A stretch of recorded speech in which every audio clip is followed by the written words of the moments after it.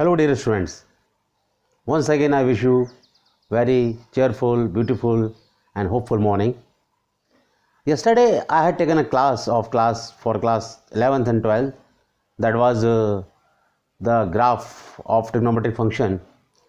Today I am starting the second chapter of class 12, that inverse trigonometric function, and I hope you get a lot of enjoy and interest in this chapter. So now let's start.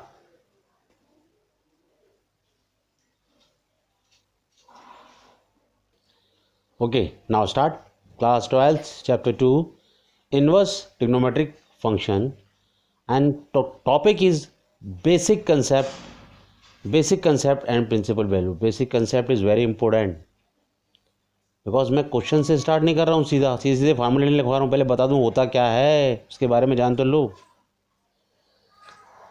जैसे कि मैं आपको पहले पढ़ा चुका हूँ, as I told you earlier in my previous class, that inverse of function, you know very well inverse of function. In previous we have learned for a bijection function, a bijective function f a to b, the function g b to a is called inverse of f a to b, defined by f inverse. That topic was clear in our previous class. फिर भी मैंने एक बार revise करा दिया आपको. जैसा हम जानते हैं कि अगर f a to b एक फंक्शन है तो g b to a inverse कहलाएगा यदि F A to B bijection है. ये कंडीशन थी इस वक्त, तो उसका इन्वर्स निकालना पॉसिबल है. अब वो एक फंक्शन था, तो ट्रिग्नोमेट्रिक फंक्शन भी फंक्शंस ही हैं, यानी इनका भी इन्वर्स निकालना पॉसिबल है. लेकिन इनका इन्वर्स निकालना कैसे पॉसिबल है ये मैं आपको समझाने की कोशिश करता हूँ. तो इन्वर्स ऑफ ट्रिग्नोमेट्रिक फंक्शन, कुछ पॉइंट्स बता दूँ मैं आपको. We know that trigonometric function are periodic. मैंने कल आपको समझाया था ग्राफ में, ग्राफ सारे पीरियोडिक होते हैं, एक निश्चित अंतराल के बाद वो खुद को रिपीट करते हैं, सारे पीरियोडिक होते हैं, ये बात बता दी आपको. Hence in general all trigonometric function are not bijections. सभी ट्रिग्नोमेट्रिक फंक्शंस जो होते हैं वो बाइजेक्शन नहीं होते, याद रखना. अब बाइजेक्शन नहीं होते तो इनका इन्वर्स कैसे निकाला जा सकता है? So their inverse do not exist. इसका मतलब उनका इन्वर्स एग्जिस्ट नहीं हो सकता. उनका इन्वर्स, क्योंकि इन्वर्स उन्हीं का एग्जिस्ट होता है. मैंने पढ़ाया था, इसलिए ये टॉपिक मैंने इसलिए डाला है. मैंने पढ़ाया था कि एक फंक्शन ए टू बी है, उसका अगर हमें इन्वर्स निकालना है जी बी टू ए, तो इसको बाइजेक्टिव होना पड़ेगा. बाइजेक्टिव का मतलब इसको 1 1 1 2 होना पड़ेगा. तो so their inverse do not exist, इसका मतलब इसका इन्वर्स एग्जिस्ट नहीं हो सकता.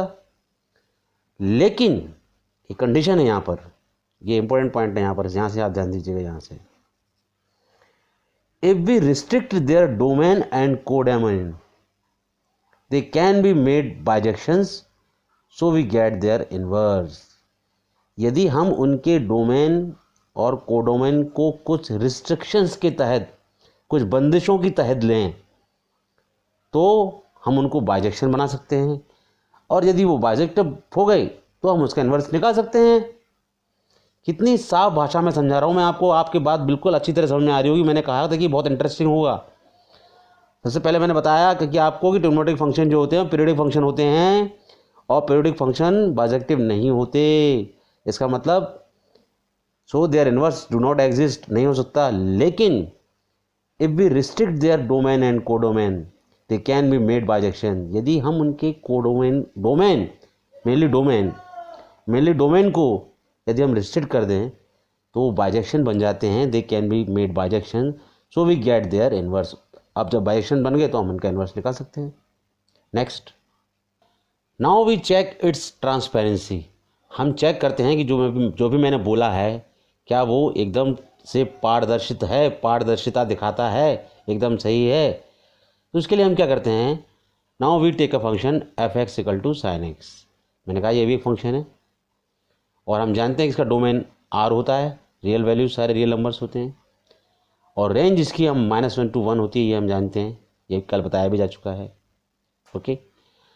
अब जैसा कि मैंने बताया था कि ट्रिग्नोमेट्रिक फंक्शन पीरियोडिक होते हैं और ये बाइजेक्टिव नहीं होते, लेकिन यदि हम इसके डोमेन पर कुछ रिस्ट्रिक्शंस लगा दें तो ये बाइजेक्टिव बन जाते हैं, और अगर बाइजेक्टिव बन जाएंगे तो इनका इन्वर्स निकालना पॉसिबल हो जाएगा। So now we put a restriction on its domain, that was R, क्योंकि पहले आर था। Let for f x to sine x new domain will be -π/2 to π/2, नया डोमेन है और रेंज वही है -1 से लेके 1 तक है। अब मैं आपको एक बार बताऊं, इसका अगर मैं आपको ग्राफ बनाना बताऊं कि ग्राफ के बारे में बात करें अगर हम इसके, तो ये आपका इसका ग्राफ यहाँ बन जाएगा। यहाँ बनाने की कोशिश कर रहा हूँ मैं, देखिएगा आप।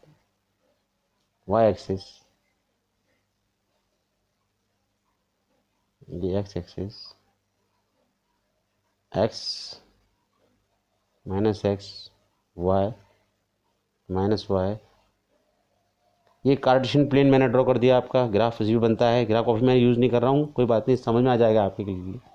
ठीक, तो चूँकि जैसे कि हम कार्टेशियन प्लेन पे 9th क्लास से करते हुए आ रहे हैं, वैल्यू पुट करते हुए आ रहे हैं। यहाँ देखिए, यहाँ देखिएगा, यदि कोऑर्डिनेट हैं दो, मान लो ये x1 है, ये y1 है, ये x2 है,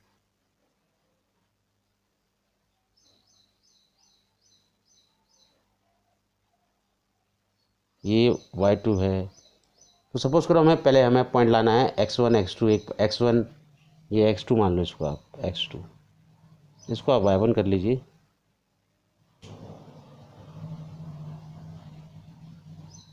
ठीक है, अब सपोज करो हमें पॉइंट लाना है, तो पहले हम x पे जाते हैं, फिर हम y पे जाते हैं। तो एक बात समझा दूँ यहाँ फिर से कल वाली बात समझा रहा हूँ आपको, एक बार फिर से क्वाड्रेंट समझा रहा हूँ, फिर से आपको एक बार समझा रहा हूँ, क्योंकि कल एक कमेंट आया था कि सर एक बार फिर से समझा दीजिए, तो वो फिर से समझा रहा हूँ मैं आपको। ये क्वाड्रेंट है, ये फर्स्ट क्वाड्रेंट कहलाता है, ये सेकंड क्वाड्रेंट कहलाता है, ये थर्ड क्वाड्रेंट कहलाता है, और ये फोर्थ क्वाड्रेंट कहलाता है। जैसे मैंने बताया, इसमें ऑल पॉजिटिव होते हैं, इसमें साइन कॉसेक होते हैं, इसमें टेन कॉट होते हैं, और इसमें कॉस और सेक होते हैं पॉजिटिव, बाकी सभी नेगेटिव होते हैं, हम जानते हैं। ठीक, हमारा क्या है, हमारा डोमेन क्या है, -π/2 से π/2। -π/2 से π/2 का मतलब क्या बता दूं, ये 0 है, ये पाई है, ये π/2 है, ये स्ट्रेट लाइन पे पाई है, ये 3π/2 है, और ये -π/2 है। सपोज करो एक ही बात है। और तो हमने बताया कि हमारा डोमेन जो है वो -π/2 से π/2 है, यानी हमारा ग्राफ जो जाएगा वो यहाँ से जाएगा, ऐसा इस तरह से जाएगा। एरो ये लगा दिया मैंने आपको फिर से समझा दिया। आई एम सॉरी, ये एरो आपका एंटी क्लॉकवाइज जाता है, तो एरो आपका ऐसे लगेगा, ऐसा ये एरो जाएगा आपका, ये एरो। ठीक, ये बात समझ में लगेगा, ये एरो जाएगा। अब मैं डिटेल में समझा रहा हूँ, समय ज़्यादा दे रहा हूँ, क्योंकि कल की बात भी समझ में आया फिर से। अब हमें इस कार्टेशियन प्लेन पर पॉइंट्स लाना है। ठीक, लाना है, पहले x पॉइंट आता है, फिर y पॉइंट आता है। अब ये यहाँ पर 0 हुआ, यहाँ हमने π/2 लिया, नेचुरल इसके आगे पाई आएगा, हालांकि ज़रूरत नहीं पड़ेगी, मैं लिख देता हूँ। मैं यहाँ -π/2 लिया, यहाँ पाई आएगा। तो पहला पॉइंट हमारा x1 y2 है, वो क्या है, -π/2, x एक्सिस पे चले, यहाँ तक पहुँच गए। और हम जानते हैं कि साइन फंक्शन क्या है हमारा, साइन x, इसकी रेंज जो वो -1 होती है, -1 to 1 होती है। तो पहले मैं इक्वेशन लिख देता हूँ। इक्वेशन हमारी है y = sin x, y = sin x, ये इक्वेशन है। अब वही बात, मैं x की वैल्यू पुट करूँगा, x की वैल्यू -π/2 है। जब x की वैल्यू पुट करूँगा, x की वैल्यू ये रही -π/2 हमने पुट करी, तो मुझे y में जो वैल्यू मिलेगी वो मिलेगी क्या, -1 मिलेगी। यानी कि वो मुझे y की वैल्यू करीब करीब यहाँ मिलेगी, यहाँ इस जगह मिलेगी, इस पॉइंट पर -1 यहाँ मिलेगी वैल्यू, ये यहाँ मिलेगी वैल्यू। इतनी बात खत्म हो गई। अब यदि मैं x की जगह π/2 पुट करता हूँ, पाई/2 पुट करता हूँ तो x पाई/2 कहाँ तक है, एक्स एक्सिस पे पहले हम यहाँ चले तो y की वैल्यू मुझे 1 मिलेगी। तो y की वैल्यू सपोज करो मुझे 1 जो ये 1 वैल्यू मिल गई हमारी, y की वैल्यू 1 मिल गई। ठीक, अब हम जानते हैं कि हमारा जो ग्राफ है, अब हम 0 पुट करेंगे x की जगह पर। x इक्वल टू 0 लिया तो y इक्वल टू भी 0 होगा, यानी ये पॉइंट हो गया आपका। तो ये ग्राफ जो होगा वो इस तरह से होके जाएगा। देखिए ये इस तरह से गया और ये इस तरह से निकला, ये आपका ग्राफ हो गया, ये आपका ग्राफ बन गया। अगर मैं इस पॉइंट की बात करूं, इस पॉइंट की बात करूं, जो पॉइंट यहाँ से डायरेक्ट किया मैंने, तो ये है 0 और 1। एक्स पर तो हम चले नहीं, वाई पर चले हैं, वाई पर 1 है, 0 1। और यदि मैं इस पॉइंट की बात करूं, यहाँ पर जो इससे सामने आ रहा है यहाँ, तो नीचे -1 होता है, वाई पर चले, एक्स पर तो हम चले नहीं पहले, तो ये हो गया आपका 0 और -1, 0 -1। अब ग्राफ कल भी समझाया था, ग्राफ आज भी बिल्कुल वैसे भी समझाया है, इतना आपको समझ में आ गया होगा। अब हम क्या करेंगे, अब हम एक इम्पोर्टेंट वर्क करेंगे, एक नई चीज़ सिखाता हूँ आपको मैं। Now if we draw a line parallel to X axis, so we observe it intersect the curve at only 1 point और नॉट। अब हम क्या करेंगे कि एक्स एक्सिस के पैरेलल एक लाइन खींचेंगे और ये देखेंगे वो इस कर्व को केवल 1 पॉइंट पे काट रही है या 2 पॉइंट पे काट रही है, इसको हम चेक करेंगे। तो सपोज करो मैंने एक लाइन पैरेलल ड्रॉ की एक्स एक्सिस के, इसके लिए बिना इसके लिए ड्रॉ करना हूँ मैं लाइन, आप समझने की कोशिश कीजिएगा। मैंने एक लाइन ड्रॉ करने की कोशिश की पैरेलल, ये लाइन पैरेलल ड्रॉ की मैंने, तो हम देख रहे हैं ये इस कर्व को सिर्फ एक ही पॉइंट पर काट रही है, एक ही पॉइंट पर काट रही है, 1 पॉइंट पर काट रही है, हैंस इट इज़ बाइजेक्शन, इसलिए ये बाइजेक्शन है, ये 1/1 फंक्शन है, ये बाइजेक्शन है। मैं फिर समझा रहा हूँ। Now if we draw a line parallel to X axis, so we observe it intersect the curve at only 1 point, hence it is bijection. So inverse of F X equal to sine X is exist, इसका मतलब इस F X equal to sine X का inverse जो है वो exist करता है, क्योंकि बाइजेक्शन है, ग्राफ से देख के बताया गया है। इतना समझाने की ज़रूरत बुक्स में नहीं समझाया गया है। मैं आपको कंसेप्ट, मैंने कहा मेरा क्लास कंसेप्ट बेस है, पहले मैं सिखाता हूँ कि करना क्या है। क्वेश्चन करना 2 मिनट में सिखा दूंगा, आंसर निकालना सीख जाओगे, उससे मैथमेटिक्स नहीं सीखोगे। मैंने कहा था कि बुक्स में क्वेश्चंस एप्लीकेशंस होते हैं, वो मैथ नहीं होता। ये नहीं आता तो कुछ नहीं आता। लेकिन ये कब होगा? But under restriction in their domain and codomain. Restriction किया है मैंने, यहाँ पर डोमेन मैंने ये ले लिया है, जबकि डोमेन होता क्या है, जब आर होता है। याद रखना, इस बात को याद रखना। बस नेक्स्ट, तो जैसे कि आपने देखा कि साइन एक्स जो था वो बाइजेक्टिव नहीं था, बाइजेक्टिव नहीं था यानी कि उसका इन्वर्स पॉसिबल नहीं था। लेकिन अंडर अ रिस्ट्रिक्शन, जब हमने उसके डोमेन में रिस्ट्रिक्शन लगा दिया -π/2 से π/2 तक, तो हमने ग्राफ से देखा कि वो बाइजेक्टिव बन गया और इसका इन्वर्स निकालना पॉसिबल हो गया। इसी तरह से जो cos x हैं, tan x हैं और भी वैल्यूज़ हैं, वो भी बाइजेक्शंस नहीं हैं, लेकिन वो भी अंडर सम रिस्ट्रिक्शंस के तहत, कुछ जब हम उनके डोमेन और कोडोमेन को रिस्ट्रिक्शन करेंगे तो वो भी बाइजेक्टिव बन जाएंगे और उनका इन्वर्स निकालना भी पॉसिबल हो जाएगा। यही बात मैं समझा रहा हूँ आपको। Similarly the inverse of cos x, tan x etcetera also exist under some restriction in their domain. Under restrictions domain में भी डोमेन हो सकते हैं -π/2 पाई, 0 से 3π/2, 2π/2, ये कुछ रिस्ट्रिक्शंस हैं जो आप बाद में जब एग्जाम्पल पढ़ेंगे तो आपको बहुत सारी चीज़ें समझ में आ जाएंगी। तो ये सब भी आपके बाइजेक्टिव हो सकते हैं, और जब बाइजेक्टिव हो सकते हैं तो इनके इन्वर्स निकाले जा सकते हैं। ये बात सिंपल है। तो बाकी की ग्राफ बना के दिखाने की मुझे आपको ज़रूरत नहीं है, या आप समझ चुके हैं इस चीज़ से। अब क्वेश्चंस की बारी अगर आए, मान लो सपोज करो हमें प्रिंसिपल वैल्यू निकालनी है किसी की, कुछ आप करेंगे तो क्वेश्चन ही, थ्योरी लिखेंगे नहीं। ये तो मैंने आपका कंसेप्ट क्लियर किया कि एक्चुअल में होता क्या है। एक्चुअल में होता क्या है कि भाई इनका इन्वर्स कैसे निकाल लिया है, इन्वर्स कैसे निकाल रहे हैं, जबकि ये बाइजेक्टिव नहीं है, लेकिन हम इनके डोमेन में कुछ रिस्ट्रिक्शंस कर रहे हैं, तब ये बाइजेक्टिव बन जाते हैं और इनका इन्वर्स निकलाता है। कितनी अच्छी भाषा में समझाया। ये चीज़ नॉलेज की बात है, ये नॉलेज बुक में नहीं दी हुई है, ये आपको पता होना चाहिए, ये 100% ट्रुथ है। अब सब नेसेसरी फार्मूलाज हैं, कुछ रिजल्ट्स हैं जो आपको याद होना चाहिए हमेशा, इन्हें आप याद करने की कोशिश करेंगे। इसे बता दूं मैं आपको कि sine inverse sine theta equal to theta होता है। अब इसको इस तरह से मत समझिएगा कि साइन इनवर्स, देख लीजिए एक बार बता रहा हूँ मैं केवल, बस sine inverse sine theta equal to theta होता है। अब इसको इस तरह से मत समझिएगा, साइन इनवर्स का मतलब 1/sin हो गया और यहाँ लिखा है साइन थीटा, तो साइन से साइन कट गया तो इक्वल टू थीटा बचा।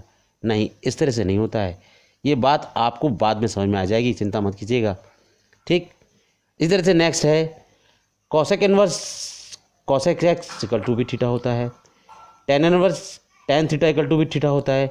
लेकिन कब होता है, इसके लिए भी कंडीशन है, जब थीटा -90 और 90 के बीच में बिलोंग करे, यानी कि जब ये थीटा -π/2 और π/2 के बीच में बिलोंग करे। ये थीटा ये थीटा यहाँ पर जो थीटा लिखा हुआ है, यहाँ देखिए साइन इनवर्स साइन थीटा, ये वाला थीटा, ये वही थीटा है, ये थीटा।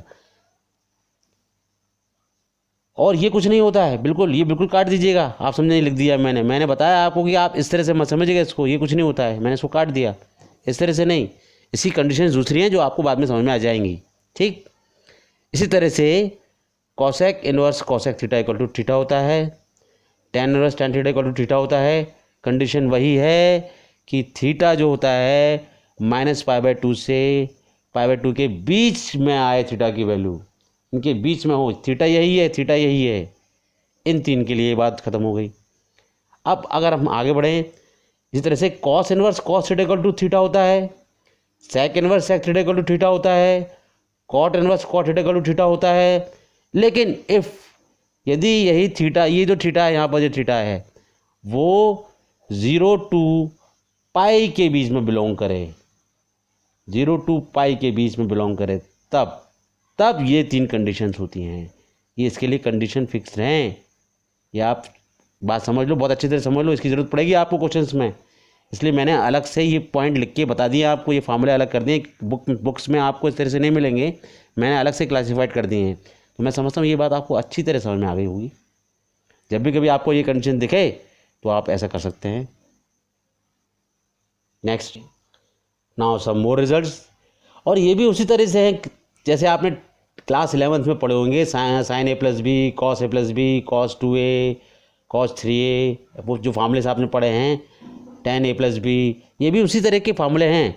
तो ये जब तक आपको ये क्लियर नहीं होंगे आप क्वेश्चन नहीं कर पाएंगे।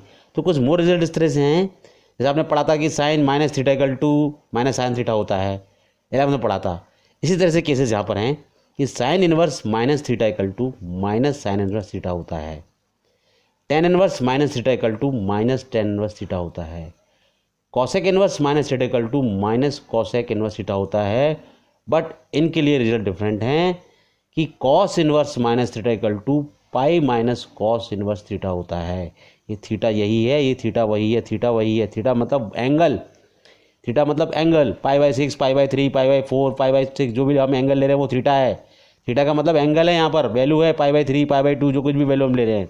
ऐसे ही सेक इनवर्स -θ इक्वल टू होता है पाई -sec इनवर्स थीटा, और कॉट इनवर्स -θ इक्वल टू होता है पाई -cot इनवर्स थीटा। तो ये कुछ रिजल्ट्स हैं जो आपको लर्न करके रखने पड़ेंगे। आप अच्छी तरह से वीडियो देखिए इन रिजल्ट्स को। अभी और रिजल्ट्स बहुत बचे हैं, ये कंप्लीट नहीं हुए। अभी इस इन्वर्स ट्रिग्नोमेट्री में बहुत सारे फार्मूले आने बचे हैं जो मैं आपको बाद में बताऊंगा। मैं अभी एक टॉपिक कंप्लीट कर रहा हूँ, उस टॉपिक के लिए इतने कंसेप्ट ठीक हैं, आप इन्हें कागज़ पर लिखकर अपने सामने जहाँ अपने पढ़ते हैं सामने चिपका दीजिए उसको, और इन्हें रोज़ दोहराइए सामने, रोज़ रटिए में, ये आपको याद हो जाएंगे। यही इसका तरीका हमारे टीचर्स ने हमें बताया था, जो मैं आपको बता रहा हूँ। अब हमारा एक नया टॉपिक है कि how to find principal values.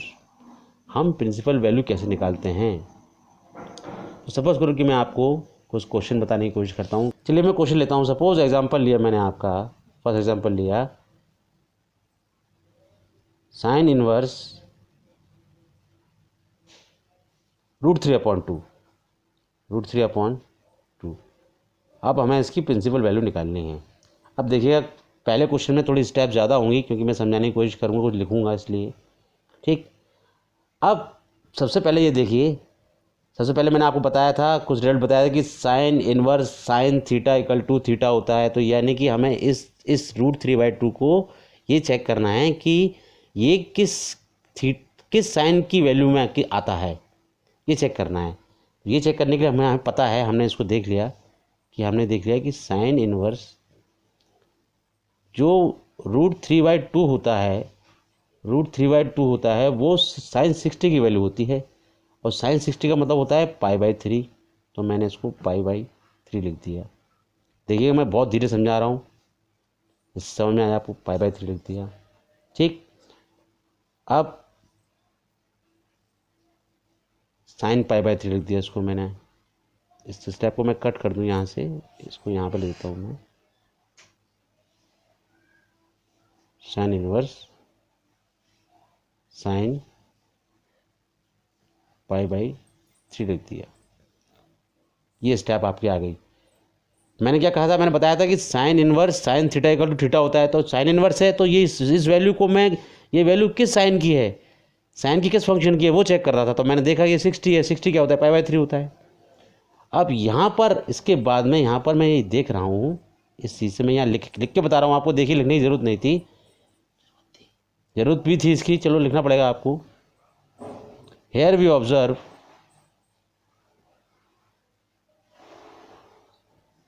हाँ ऑब्जर्व कर रहे हैं कि जो थीटा था, यानी कि जो π/3 है, वो बिलोंग कर रहा है -π/2 से π/2 को। यानी कि ये बाइजेक्टिव हो सकता है और इसका इन्वर्स पॉसिबल है। तो अब हम जानते हैं एक चीज़, यहाँ पर मैं लिख के दिखाता हूँ। वी नो दैट मैंने अभी आपको बताया था कुछ फॉर्मूले कि sine inverse sine theta equal to theta होता है इस कंडीशन पर, जबकि ये जो थीटा मतलब जो ये थीटा जब बिलोंग करे -π/2 और π/2 के बीच में। मैं ये पढ़ा चुका हूँ अभी, और यहाँ भी ऐसा ही हो रहा है। π/3 -π/2 और π/3 के बीच में बिलोंग कर रहा है। सो हम साइन इनवर्स साइन π/3 को, आंसर आ गया इसका π/3। यही चीज़ मैंने नीचे लिखी, यही चीज़ से, तो ये π/3 इसका आंसर आ गया। यहाँ आपको सब चीज़ें क्लियर कर दी मैंने आपको। ये कंडीशन मैंने बताया था कि sine inverse sine theta equal to theta कब होता है, जब थीटा मतलब जो एंगल मतलब जो π/3 वो कब, जब -π/2 और π/2 के बीच में बिलोंग करे। यहाँ ये बिलोंग कर रहा था, इसलिए मैंने इसको साइन इनवर्स साइन π/3 को π/3 लिख दिया। Now next question. अब ये थोड़ा सा मैं आपको 2-3 एग्जांपल दे रहा हूँ, हट के दे रहा हूँ, अलग अलग एग्जांपल दे रहा हूँ, जिससे आपको आपकी एक्सरसाइज पूरी कंप्लीट हो जाएगी। आज एनसीईआरटी की फर्स्ट पूरी कंप्लीट हो जाएगी। सपोज क्वेश्चन लिखा हुआ है आपके पास, साइन इनवर्स कॉस 2π/3। हट के क्वेश्चन हुआ। अब सबसे पहले मेरा एम जो होगा वो ये होगा कि इस कॉस को मैं साइन की फॉर्म में ले आऊँ किसी तरह। ये मेरा एम होगा कि कॉस साइन की फॉर्म में आ जाए, और एंगल जो है वो बिटवीन रेंज में आ जाए, उसी रेंज में आ जाए कि sine inverse sine theta equal to theta होता है, यानी -π/2 से लेके π/2 की रेंज में आ जाए। तो अब मैं थोड़ा डिटेल में समझा रहा हूँ इसको। ये जो 2π/3 लिखा है ये है क्या एक्चुअल में, यहाँ देखिए इस जगह देखिए 2π/3 लिखा है। इसका मतलब ये लिखा हुआ है 120 डिग्री, देख लीजिए, समझ लीजिए। 180 ये है, काटा कट किया 3 से 60, 62 या 120 डिग्री। अगर 120 डिग्री को, अब चूंकि मुझे इसे कॉस को साइन में कन्वर्ट करना है, साइन में कन्वर्ट करना है मुझे, कंडीशन मेरी ये साइन में कन्वर्ट करना है। कोऑर्डिनेट में जानता हूँ, कोऑर्डिनेट के बारे में मुझे पता है, ASTC, इसका ध्यान भी मैं रख रहा हूँ यहाँ पर। ये कंसेप्ट भी मेरे दिमाग में चलता है, बच्चों के दिमाग में चलना चाहिए। अब 120 को मैंने लिख दिया। अब कॉस का साइन होगा, इंटरवल चेंज करना पड़ेगा साहब। चेंज कहाँ होगा, चेंज कब होता है, चेंज किस केस में होता है, चेंज होता है π/2 प्लस थीटा के केस में चेंज हो जाता है। तो यदि मैं इसको यहाँ पर ऐसे लिख दूँ, सपोज करूँ मैंने यहाँ लिख दिया 90 + 30, 90 + 30, 90 + 30 लिख दिया। 90 मतलब क्या हुआ, π/2, और 30 का मतलब क्या हुआ, π/6। तो यानी कि ये स्टेप जो मेरी बन गई, ये वाली स्टेप जो है, इस स्टेप के बाद यहाँ पर अगर मैं जो स्टेप लेके आऊँगा वो स्टेप हो गई आपकी साइन इनवर्स कॉस π/2 प्लस π/6। ये भी 2π/3 है और ये भी 2π/3 है। कैसे है समझा चुका हूँ, बहुत ढंग से समझाया, देख लीजिए आराम से। अब cos 90 + थीटा क्या होता है, cos 90 + थीटा सेकेंड कोऑर्डिनेट में आएगा, यहाँ आएगा, यहाँ आएगा, सेकेंड कोऑर्डिनेट में आएगा। cos 90 + थीटा फंक्शन चेंज होगा, साइन होगा, साइन थीटा होगा, यानी कि साइन π/6 होगा। लेकिन सेकेंड कोऑर्डिनेट में cos जो होता है वो नेगेटिव होता है, तो यहाँ -π/6 आएगा। ये मैं आपको यहाँ समझाता जा रहा हूँ। तो अगली स्टेप जो मेरी होगी वो साइन इनवर्स, इसको मैं लिख दूंगा -k साइन π/6। ये आपको बहुत इंपॉर्टेंट पार्ट समझा रहा हूँ, इस पार्ट को इग्नोर मत कीजिएगा। ये पार्ट बहुत इंपॉर्टेंट है, कई जगह शो करना पड़ेगा आपको इस पार्ट के बारे में। ये इंपॉर्टेंट पार्ट है, बहुत सबसे ज़्यादा इंपॉर्टेंट पार्ट ये है कि ये स्टेप्स कहाँ से आ रही हैं। जब आप बुक में पढ़ते हैं क्वेश्चन, आपको एग्जांपल तभी समझ में नहीं आते हैं ये कैसे हो गया, लेकिन मैंने यहाँ क्लियर कर दिया आपको। अब हम एक बात जानते हैं कि इस चीज़ को हम लिख सकते हैं, हम जानते हैं एक चीज़ और, क्या कि sine inverse -theta = -sin theta होता है। साइन इनवर्स -थीटा होता है, ये भी हम जानते हैं, ये हम पता है, हम पढ़ चुके हैं।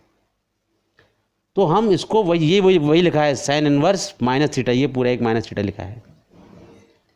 तो हम इसको लिख देंगे माइनस साइन इनवर्स साइन π/6। अब π/6 देखा, π/6 हेयर भी ऑब्जर्व कि π/6 जो है वो बिलोंग कर रहा है किसके बीच में, -π/2 और π/2 के बीच में बिलोंग कर रहा है। तो फिर वही कंडीशन जो मैंने आपको पहले बताया था एक बार, जैसे ये चीज़ मैंने लिखी है जी, हम वी नो दैट, हमने लिखा है, पहले जानते थे और हमने देखा था, बताया था मैंने आपको पहले कि sine inverse sine theta = theta होता है कब, जब थीटा बिलोंग करे इस इंटरवल में। तो इसका मतलब ये हुआ सीधी सीधी बात कि माइनस साइन इनवर्स साइन π/6 जो हो गया, वो माइनस लगा है, माइनस लगा रहने दो, -π/6 के इक्वल हो गया। ये इसका आंसर फाइनल आ गया। आप तो आज के लिए 2 एग्जांपल काफ़ी हैं, आपने देखे। मैंने ये एग्जांपल डिफरेंट लिया था और ये कन्वर्जन मैंने ऐसा क्यों किया, ये तरीका मेरा खुद का आपको समझाने का था। मैं ये सोचता था कि स्टूडेंट के दिमाग में किस तरह से बात बिठा लूँ, तो मैंने 2π/3 को 120 लिखा, फिर 90 30, फिर ये किया, ये सब कुछ किया। ये बुक्स में नहीं दिया होता है एग्जाम्पल्स में, इसलिए आप अगर गाइड ले आएंगे, अगर आप सॉल्यूशन ले आएंगे तो आप समझते हैं कि आप उससे क्वेश्चन करना सीख जाएंगे। बिल्कुल गलत है, आप कतई नहीं सीख पाएंगे। या कोई डायरेक्ट क्वेश्चन करता जाए, कोई आपका यूट्यूब चैनल पे डायरेक्ट करते जाए, सीधे स्टेप चलते हैं, आपके समझ में आ जाए, नहीं, पॉसिबल नहीं है। इस चीज़ से पॉसिबल है। तो आज की क्लास को हम यहीं एंड करते हैं। आप अपनी एनसीईआरटी की first exercise find the principal value of बिल्कुल कर सकते हैं, निश्चित रूप से कर सकते हैं, वो आप आज कीजिएगा। So dear students, class 12th की इन्वर्स ट्रिग्नोमेट्रिक फंक्शन की स्टार्टिंग मैंने बिगिनिंग आज कर दी कंसेप्ट्स के साथ। कंसेप्ट्स मैंने पहले समझाए, क्वेश्चंस पे नहीं आया मैं सीधे डायरेक्ट, पहले मैंने कंसेप्ट समझाए कि भाई वो जो भी, अब मैं दोबारा उसको रिपीट नहीं कर रहा हूँ, सब कुछ दो एग्जाम्पल मैंने आपको करके बता दिए हैं। कंसेप्ट एकदम क्लियर है। उन कंसेप्ट को ज़रूर देखिएगा, जो मैंने थ्योरी पढ़ाई है उसको ज़रूर देखिएगा कि ऐसा हुआ क्यों, क्योंकि कोई भी आपसे पूछ सकता है। तो आज की क्लास को बहुत ध्यान देखिएगा और एनसीईआरटी की फर्स्ट एक्सरसाइज कीजिएगा। जो भी प्रॉब्लम्स हो कमेंट बॉक्स में लिख कर डालिएगा। और लास्ट में आपसे फिर से एक बार वही कहना चाहूँगा कि शेयर करना, लाइक करना और सब्सक्राइब करना प्लीज़ ना भूलें। Best of luck.